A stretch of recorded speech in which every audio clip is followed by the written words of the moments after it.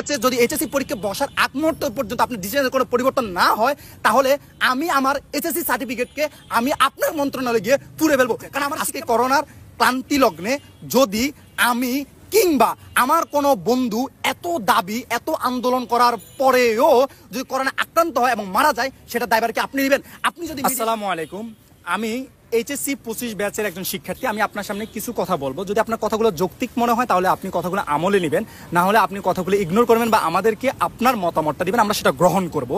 আমি কথাটা বলতে চাচ্ছি, আমার আগামী 26 তারিখে আমি একজন এইচএসসি 25 ব্যাচের পরীক্ষার্থী হিসেবে আমি সেখানে অংশগ্রহণ করব। এর জন্য আমি যথেষ্ট প্রিপেয়ার্ড, আমি পড়াশোনা করেছি, আমি পরীক্ষাতে বসবো।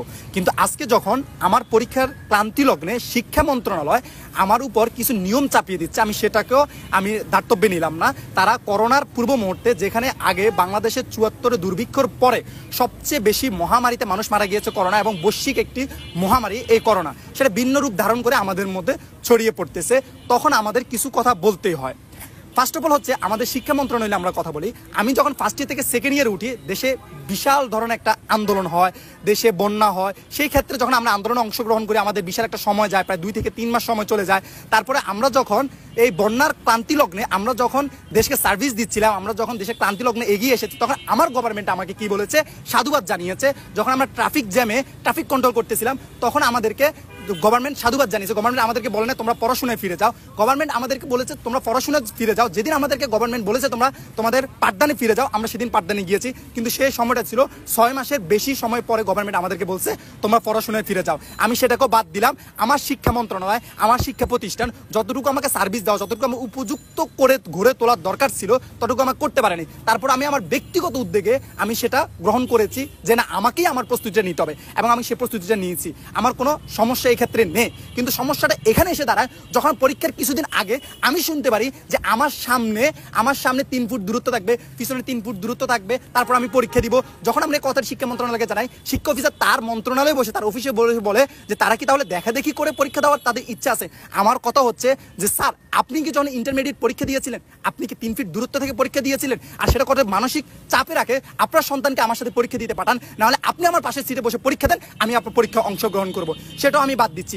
আজকে যখন আমরা আন্দোলন করতেছি, তখন আপনারা কোনো কিছু আমলে নিচ্ছেন না। কিন্তু কথা হচ্ছে, আমরা এই যে সরকার একটা পতন করিয়েছি, এই পতন আমার উদ্দেশ্য ছিল কি, আমার শিক্ষা, স্বাস্থ্য, সংস্কৃতি, দেশের কাঠামো সবকিছু পরিবর্তন হবে। কিন্তু কিছুই পরিবর্তন হয় না। আপনি শিক্ষা খাতে আমাদেরকে কোনো সার্ভিসই দিতে পারেন না, বরং আপনার ব্যর্থতা আমাদের উপর দায় চাপিয়ে দিচ্ছেন। আপনি নির্বাচনের জন্য আমাদের পরীক্ষা পিছাবেন না, আপনি আমাদের এডমিশন পিছাবেন না, আপনি সেই দায়ভার আমাদের উপর দিচ্ছেন।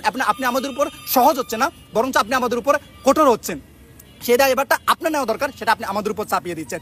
আজকে করোনার ক্লান্তি লগ্নে যদি আমি কিংবা আমার কোনো বন্ধু এত দাবি এত আন্দোলন করার পরেও যদি করোনা আক্রান্ত হয় এবং মারা যায়, সেটার দায়ভার কি আপনি নেবেন? আপনি যদি মিডিয়ার সামনে এসে বলতে পারেন যে আমি সেটার কোনো যদি কিন্তু ছাড়া সেটা দায়ভার আমি নিব, আমি ফাঁসিতে ঝুলবো, আমি কারাগারে যাব, আমি অ্যারেস্টেড হব, যদি তোমাদের কেউ মারা যায়, তোমাদের কেউ আক্রান্ত হয় পরীক্ষার হলে, তাহলে আমরা পরীক্ষা দিতে রাজি আছি। আমাদের এই দাবিগুলো একটা যদি অযৌক্তিক আপনার কাছে মনে হয়, যে আমাদের পরীক্ষা পিছানোর ক্ষেত্রে আমাদের যে দাবি, আমরা করোনা মহামারীর ভিতরে পরীক্ষা দিতে চাচ্ছি না, এই যে দাবি, এটা যদি অযৌক্তিক মনে হয়, তাহলে আপনি আমাদের যুক্তি খণ্ডন করবেন আপনার যুক্তিকতা দিয়ে। সেটা কিন্তু আপনি ডিরেক্ট আপনি একটা সংবাদ সম্মেলন করে আপনি বলে দিলেন যে পরীক্ষা যত সময় হবে, পরীক্ষা পিছানোর কোনো বিকল্প নাই, এটা তো আমরা মেনে নিব না।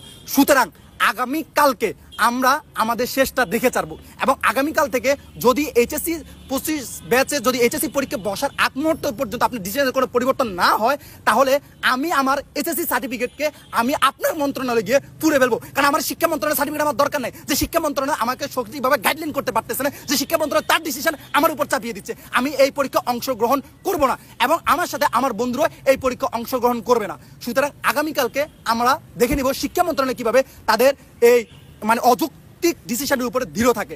আমরা এর বিরুদ্ধে আগামীকালকে আন্দোলনে নামছি। আপনারাও সবাই আমাদের সাথে একমত হবেন, আসবেন।